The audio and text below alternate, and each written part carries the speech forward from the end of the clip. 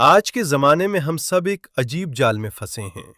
सुबह उठते ही फोन देखते हैं, न्यूज स्क्रॉल करते हैं, दूसरों की जिंदगी देखते हैं और फिर दिन भर इतने बिजी रहते हैं कि रात को सोने से पहले लगता है आज भी कुछ खास नहीं हुआ।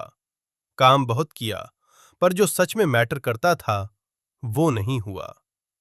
यही वो दर्द है जिसे डैरियस फोरो ने अपनी किताब फोकस ऑन व्हाट मैटर्स में एड्रेस किया है। ये किताब तुम्हें प्रोडक्टिविटी हैक्स नहीं देती। ये किताब तुम्हें एक मिरर दिखाती है और उसमें तुम देखते हो कि तुम अपनी एनर्जी, समय और अटेंशन किन चीजों पर बर्बाद कर रहे हो जो असल में तुम्हारी जिंदगी में कोई वैल्यू ऐड नहीं करती। डैरियस फोरो कहते हैं कि ज्यादातर लोगों की प्रॉब्लम ये नहीं है कि वो काम नहीं करते, प्रॉब्लम ये है कि वो गलत चीजों पर काम करते हैं। हम दिन में 16 घंटे जागते हैं, लेकिन उसमें से कितने घंटे सच में उन चीजों को दिए जो हमारी जिंदगी को आगे ले जाती हैं? अगर ऑनेस्ट होकर सोचो तो जवाब शायद 2 या 3 घंटे भी नहीं होगा। बाकी सब नॉइज है। WhatsApp messages, social media, useless meetings, दूसरों की ओपिनियंस और वो एंजाइटी जो किसी काम की नहीं लेकिन हमारा सबसे ज्यादा वक्त खाती है।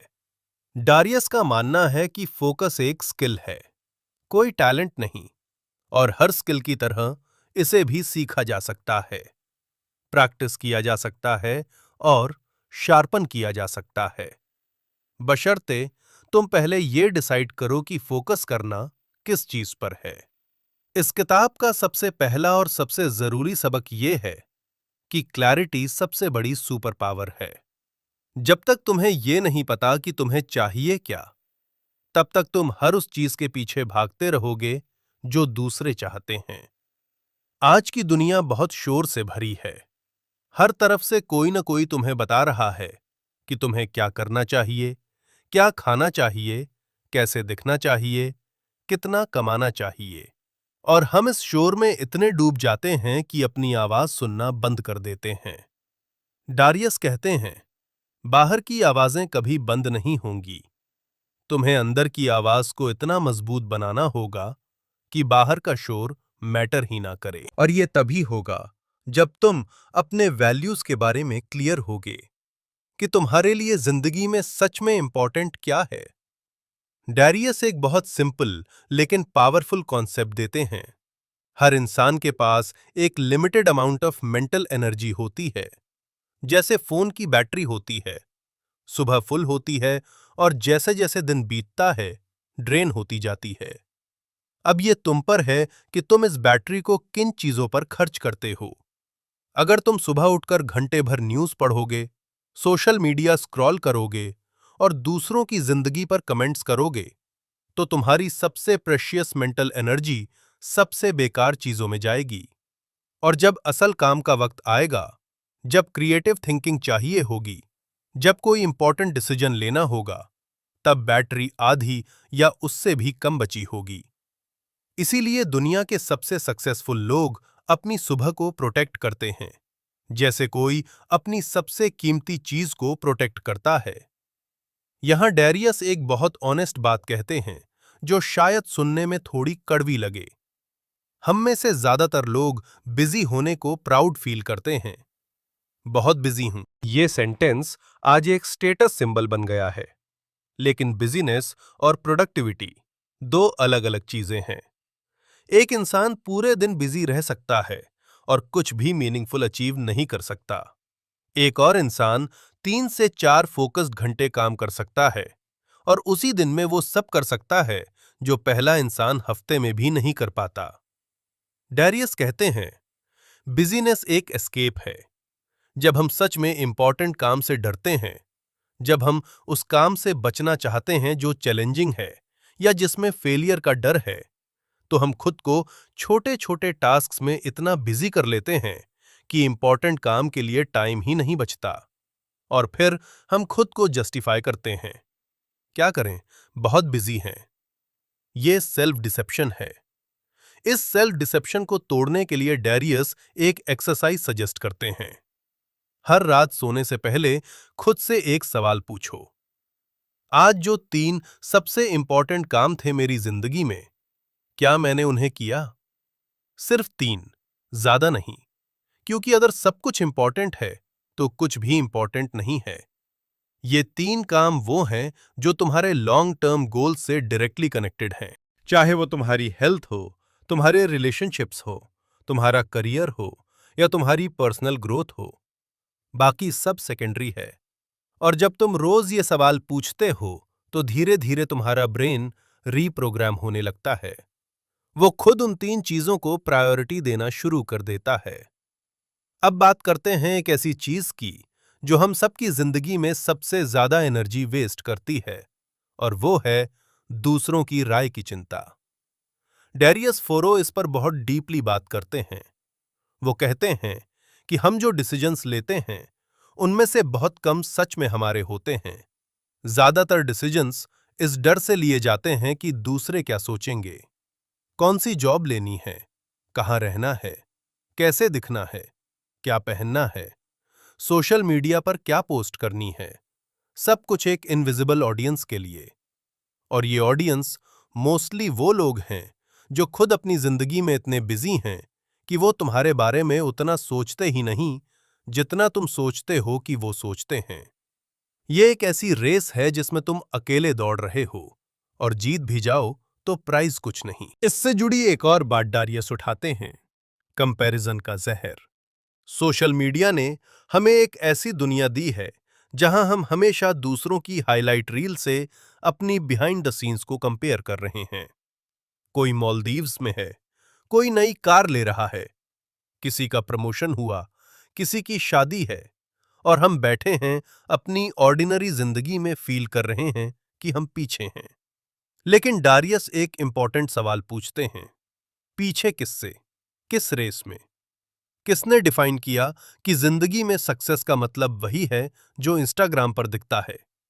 जब तक तुम अपनी जिंदगी की अपनी डेफिनेशन नहीं बनाओगे, तब तक तुम हमेशा किसी न किसी से पीछे रहोगे।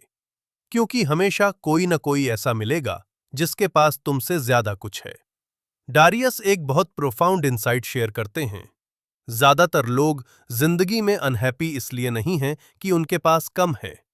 वो अनहैप्पी इसलिए हैं क्योंकि उनकी अटेंशन हमेशा उन चीजों पर है जो उनके पास नहीं है। और ये अटेंशन का मामला है। अगर तुम हमेशा वो देखोगे जो नहीं है, तो जो है वो इनविजिबल हो जाएगा। एक सिंपल प्रैक्टिस जो डैरियस सजेस्ट करते हैं, वो है ग्रैटिट्यूड। लेकिन वो इसे सुपरफिशियल तरीके से नहीं बताते। वो कहते हैं कि रोज सुबह 5 मिनट बैठो और जेन्युइनली सोचो कि आज तुम्हारे पास क्या है जो किसी और के पास नहीं है। ये हेल्थ हो सकती है, एक अच्छा रिलेशनशिप हो सकता है, एक स्टेबल जॉब हो सकती है, या बस ये कि तुम जिंदा हो और तुम्हारे पास एक और दिन है। जब अटेंशन शिफ्ट होती है, तो पर्सपेक्टिव शिफ्ट होता है, और पर्सपेक्टिव शिफ्ट होने पर जिंदगी में बहुत कुछ ऑटोमैटिकली बेहतर लगने लगता है। अब एक बहुत जरूरी टॉपिक पर आते हैं, डिस्ट्रैक्शन। डैरियस कहते हैं कि डिस्ट्रैक्शन कोई एक्सीडेंट नहीं है, ये डिजाइन है। जो ऐप्स तुम यूज करते हो, जो प्लेटफॉर्म्स तुम स्क्रॉल करते हो, उन्हें हजारों इंजीनियर्स ने मिलकर इस तरह बिल्ड किया है कि तुम उनसे बाहर ना निकल सको। हर नोटिफिकेशन, हर लाइक, हर न्यू पोस्ट, ये सब तुम्हारे ब्रेन के डोपामाइन सिस्टम को ट्रिगर करने के लिए डिजाइन किए गए हैं। और तुम्हारा ब्रेन, जो एवोल्यूशन के हिसाब से अभी भी स्टोन एज में है, इस 21वीं सेंचुरी की मैनिपुलेशन के लिए रेडी नहीं था। तो जब तुम फोन रखने की कोशिश करते हो और नहीं रख पाते, ये तुम्हारी कमजोरी नहीं है। ये एक $1 बिलियन इंडस्ट्री की जीत है जो लिटरली तुम्हारी अटेंशन को प्रोडक्ट की तरह बेच रही है। लेकिन ये जानकर तुम एक इन्फॉर्म्ड चॉइस ले सकते हो कि तुम अपनी अटेंशन किसे देना चाहते हो। इसी से जुड़ा है डारियस का concept of deep work versus shallow work. Deep work वो काम है जो कॉग्निटिवली डिमांडिंग है, जिसमें फुल कंसंट्रेशन चाहिए, जो तुम्हारे स्किल्स को पुश करता है और जो रियल वैल्यू क्रिएट करता है। शैलो वर्क वो है जो बिजी तो रखता है, ईमेल्स, मीटिंग्स, एडमिन टास्क्स, लेकिन जिसे कोई भी कर सकता है और जो रिप्लेस हो सकता है। डैरियस कहते हैं कि करियर में आगे बढ़ना है, कुछ मीनिंगफुल बनाना है, तो डीप वर्क को प्रोटेक्ट करना होगा। इसके लिए जरूरी है कि दिन में कम से कम 2 से 3 घंटे ऐसे हों जब फोन बंद हो, नोटिफिकेशंस ऑफ हों और तुम सिर्फ एक काम पर हो। शुरुआत में ये मुश्किल लगेगा क्योंकि हमारा ब्रेन अब डिस्ट्रैक्शन का इतना आदी हो गया है कि साइलेंस अनकंफर्टेबल लगती है। लेकिन यही वो डिस्कंफर्ट है जो तुम्हें ऑर्डिनरी से एक्स्ट्रा ऑर्डिनरी बनाती है। डैरियस यहां एक बहुत इंटरेस्टिंग बात कहते हैं, बोर्डम से डरना बंद करो। हम बोर्डम से इतना डरते हैं कि एक सेकंड भी आइडल नहीं रह सकते। क्यू में खड़े हो, फोन निकाल लो। लिफ्ट में हो, फोन निकाल लो। किसी का वेट कर रहे हो, फोन निकाल लो। लेकिन यही आइडल मोमेंट्स थे जब हिस्टोरिकली दुनिया के सबसे बड़े आइडियाज आए। न्यूटन को ग्रेविटी का आइडिया एक पेड़ के नीचे बैठे आया था। आइंस्टाइन अपने बेस्ट थ्योरीज तब सोचते थे जब वो वॉक्स पर जाते थे। बोर्डम क्रिएटिविटी का एनिमी नहीं है, बोर्डम क्रिएटिविटी का इंक्यूबेटर है। जब ब्रेन को कोई एक्सटर्नल स्टिमुलेशन नहीं मिलती, तभी वो अंदर की तरफ जाता है और वहीं सबसे ओरिजिनल थॉट्स पैदा होती हैं। किताब में एक बहुत पावरफुल आइडिया आती है, the 2 types of pain. Darius कहते हैं कि हर इंसान को पेन चूज करनी पड़ती है, या तो डिसिप्लिन का दर्द या रिग्रेट का दर्द। डिसिप्लिन का दर्द टेम्पररी है, रोज जिम जाने का दर्द, हेल्दी खाने का दर्द, मेहनत करने का दर्द, ये रियल है, लेकिन ये प्रोडक्टिव है, ये तुम्हें बिल्ड करता है। रिग्रेट का दर्द परमानेंट है। जब 60 साल की उम्र में पीछे मुड़कर देखोगे और सोचोगे, काश मैंने वो बिजनेस ट्राई किया होता, काश मैंने उस रिलेशनशिप को एफर्ट दिया होता, काश मैंने अपनी हेल्थ को सीरियसली लिया होता। ये दर्द जाता नहीं। इसलिए डारियस कहते हैं, choose wisely. Short term comfort के लिए लॉन्ग टर्म रिग्रेट मत चुनो।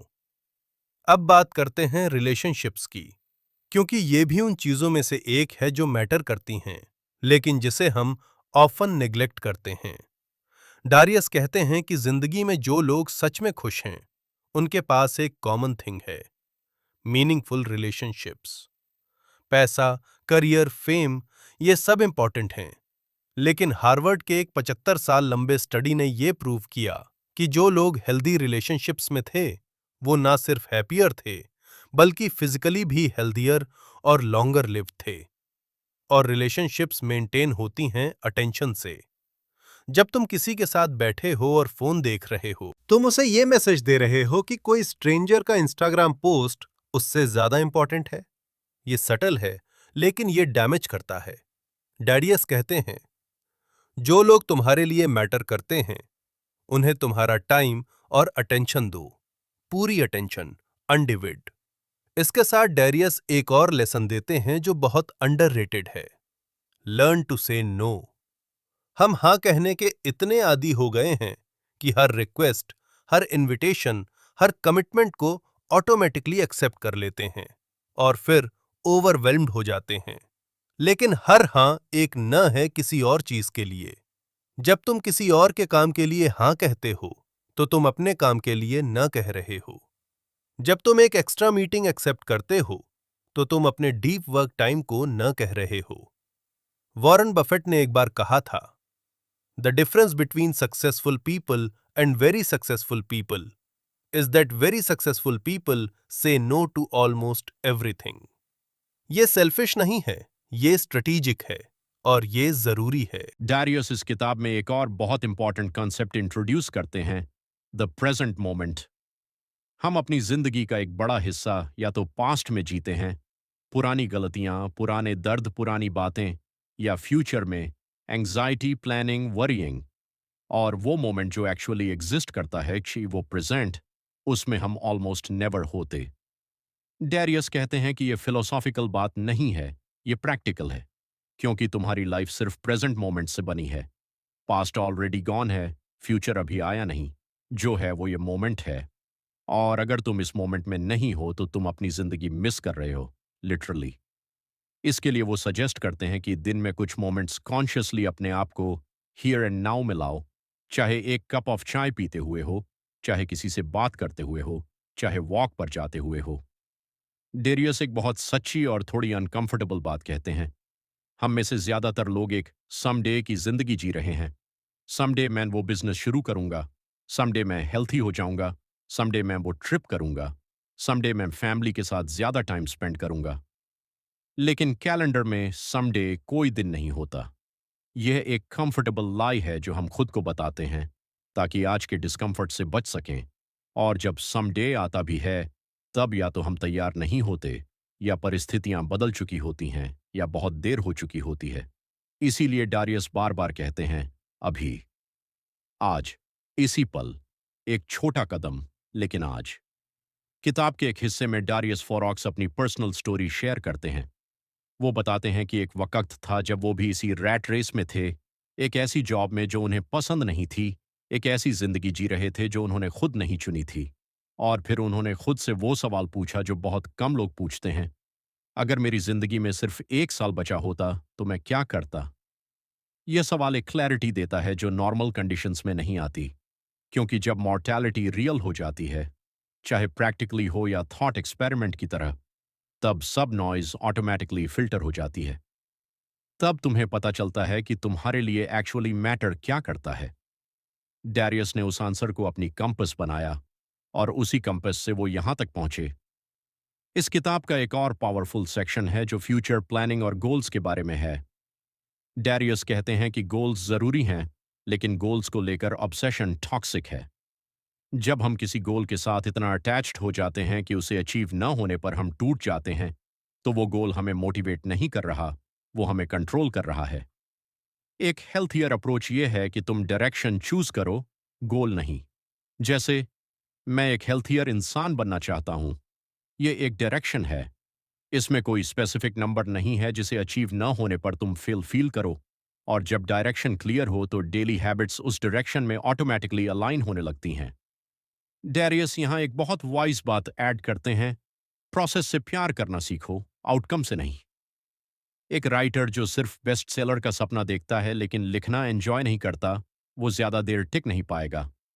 एक एथलीट जो सिर्फ मेडल के लिए ट्रेन करता है लेकिन गेम से लव नहीं करता, वो फर्स्ट सेटबैक पर क्विट कर देगा। लेकिन जो इंसान प्रोसेस को लव करता है, जो राइटिंग के लिए लिखता है, जो फिटनेस के लिए एक्सरसाइज करता है, उसे एक्सटर्नल वैलिडेशन की जरूरत नहीं पड़ती। वो इंट्रिंसिकली मोटिवेटेड होता है, और यही मोटिवेशन सबसे सस्टेनेबल होती है। अब एक टॉपिक पर आते हैं जो डैरियस ने बहुत ऑनेस्टली एड्रेस किया है, फेलियर और रिजेक्शन। वो कहते हैं कि हम फेलियर से जितना डरते हैं, उससे कहीं ज्यादा हम रिजेक्शन से डरते हैं, और ये फियर हमें ट्राई ही नहीं करने देती। लेकिन एक रीफ्रेम जो डैरियस सजेस्ट करते हैं वो ये है, फेलियर को फीडबैक की तरह ट्रीट करो। हर फेलियर तुम्हें कुछ बताती है कि ये अप्रोच काम नहीं किया, अब दूसरा ट्राई करते हैं। थॉमस एडिसन ने बल्ब बनाने से पहले 10,000 बार फेल किया था। जब एक जर्नलिस्ट ने पूछा कि 10,000 फेलियर्स के बाद कैसा लगता है, तो एडिसन ने कहा, मैंने फेल नहीं किया, मैंने 10,000 तरीके ढूंढे जो काम नहीं करते। यह माइंडसेट शिफ्ट करने की जरूरत है। फेलियर तुम्हारी आइडेंटिटी नहीं है, यह तुम्हारा डेटा है। डारियस इस किताब में सिंपलिसिटी की बात भी बहुत जोर से करते हैं। हमने अपनी जिंदगियों को अननेसेसरीली कॉम्प्लिकेटेड बना लिया है। ज्यादा ऑप्शंस, ज्यादा चॉइसेस, ज्यादा पोजेशंस, और पैराडॉक्सिकली इन सब ने हमें ज्यादा ओवरवेल्म्ड और कम सेटिस्फाइड बनाया है। एक कॉन्सेप्ट है जिसे इकोनॉमिस्ट्स चॉइस ओवरलोड कहते हैं। जब ऑप्शंस बहुत ज्यादा हों तो ब्रेन डिसीजन लेने से ही बचने लगता है। डेरियस कहते हैं, अपनी जिंदगी को सिंप्लीफाई करो। जो चीजें मैटर नहीं करती उन्हें एलिमिनेट करो, चाहे वो पोजेशंस हों, कमिटमेंट्स हों, रिलेशनशिप्स हों, या हैबिट्स हों। जितना कम उतना बेटर। मिनिमलिज्म जस्ट एस्थेटिक नहीं है, ये मेंटल क्लैरिटी की प्रैक्टिस है। और किताब के अंत में डैरियस एक बात कहते हैं जो शायद सबसे इंपॉर्टेंट है, कंसिस्टेंसी। कोई भी स्ट्रैटेजी, कोई भी फ्रेमवर्क, कोई भी लेसन तब तक काम नहीं करेगा जब तक तुम उसे कंसिस्टेंटली अप्लाई नहीं करते। एक दिन फोकस्ड रहना इजी है, एक हफ्ते फोकस्ड रहना पॉसिबल है, लेकिन महीनों और सालों तक कंसिस्टेंटली उन चीजों पर फोकस करते रहना जो मैटर करती हैं, यही एक्चुअली एक्स्ट्रॉर्डनरी बनाता है। और ये तब होता है जब फोकस एक इवेंट नहीं बल्कि एक आइडेंटिटी बन जाती है, जब तुम ये नहीं सोचते आज फोकस करना है, बल्कि ये फील करते हो मैं वो इंसान हूं जो फोकस्ड रहता है, तो जिंदगी बड़ी नहीं होती ओवरवेलमिंग गोल्स से। जिंदगी बड़ी होती है उन छोटे छोटे चॉइसेस से जो तुम हर दिन लेते हो। क्या तुम अपनी अटेंशन उन चीजों पर लगा रहे हो जो तुम्हारी जिंदगी में सच में वैल्यू ऐड करती है? क्या तुम उन लोगों को टाइम दे रहे हो जो मैटर करते हैं? क्या तुम अपनी एनर्जी उस काम पर लगा रहे हो जो तुम्हें आगे ले जाता है? और सबसे बड़ा सवाल, क्या तुम अपनी जिंदगी जी रहे हो या किसी और की एक्सपेक्टेशंस की जिंदगी? डारियस फोरू की यह किताब तुम्हें एक हैमर नहीं देती जो तुरंत सब कुछ तोड़ बनाए। यह तुम्हें एक कंपास देती है, और कंपास का काम होता है डायरेक्शन दिखाना। बाकी चलना तुम्हारा काम है, लेकिन जब डायरेक्शन क्लियर हो तो हर कदम मैटर करता है, हर दिन मैटर करता है। और एक दिन पीछे मुड़कर देखोगे तो पाओगे कि उन्हीं छोटे छोटे फोकस चॉइसेस ने मिलकर एक ऐसी जिंदगी बनाई जो सच में तुम्हारी थी।